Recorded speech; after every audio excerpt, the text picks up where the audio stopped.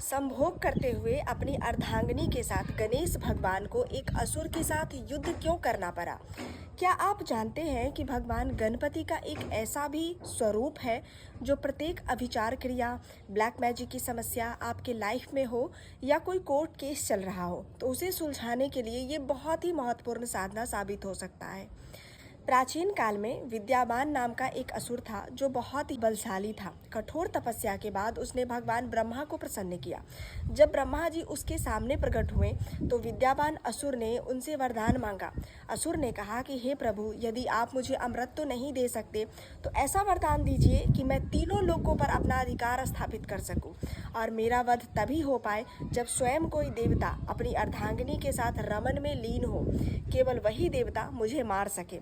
ब्रह्मा जी ने कहा तथास्तु। ये वरदान पाकर विद्यावान असुर बहुत प्रसन्न हुआ।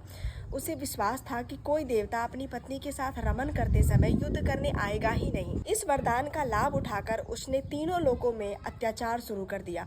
प्रजा को पीड़ा देने लगा, राजाओं का धन लूट लिया और चारों ओर त्राही त्राही मच गई। तब देवता, ऋषि मुनि और लोकपाल सब मिलकर त्रिदेव के पास पहुंचे और प्रार्थना की कि हे प्रभु, आपने ही असुरों को वरदान देकर इन्हें शक्तिशाली बनाया। अब यही असुर हमें सताते हैं, कृपा कर इसका निवारण कीजिए। त्रिदेव ने कहा कि ये वरदान हमारी सीमा से बाहर है, इसे केवल विशेष स्वरूप वाला देव ही समाप्त कर सकता है। तब भगवान श्री गणपति प्रकट हुए और उन्होंने सभी को आश्वासन दिया कि आप निश्चिंत हो जाए, मैं ऐसा स्वरूप धारण करूंगा जिससे इस असुर का वध संभव होगा। तुरंत ही गणपति ने अपना तांत्रिक स्वरूप धारण किया जिसे भगवान उच्चिष्ट गणपति कहा गया। इस स्वरूप में भगवान गणपति का रंग लाल था। उनकी जंघा पर देवी विघ्नेश्वरी विराजमान थी, जिन्हें शास्त्रों में हस्त पिशाचिनी विघ्नेश्वरी कहा जाता है। इस रूप की प्रतिमा में भगवान गणपति के अद्भुत तांत्रिक स्वरूप का दुर्लभ दर्शन होता है।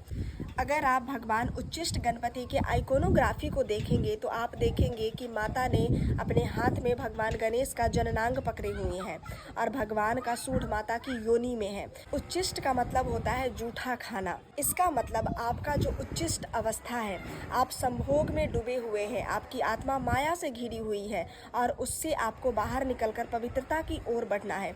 यही स्वरूप विद्यावान असुर के विनाश का कारण बना। भगवान उच्चिष्ट गणपति की साधना इसलिए की जाती है कि जब साधक माया जाल में फंसा हो तब भी वो शुद्ध, प्योरिटी और उच्चतर चेतना की ओर आगे बढ़ सके। ये साधना भौतिक बंधनों को काटकर साधक को आत्मिक उत्थान की ओर ले जाता है। हरिओम तत्सत। वीडियो अच्छी लगे तो शेयर जरूर कीजिएगा।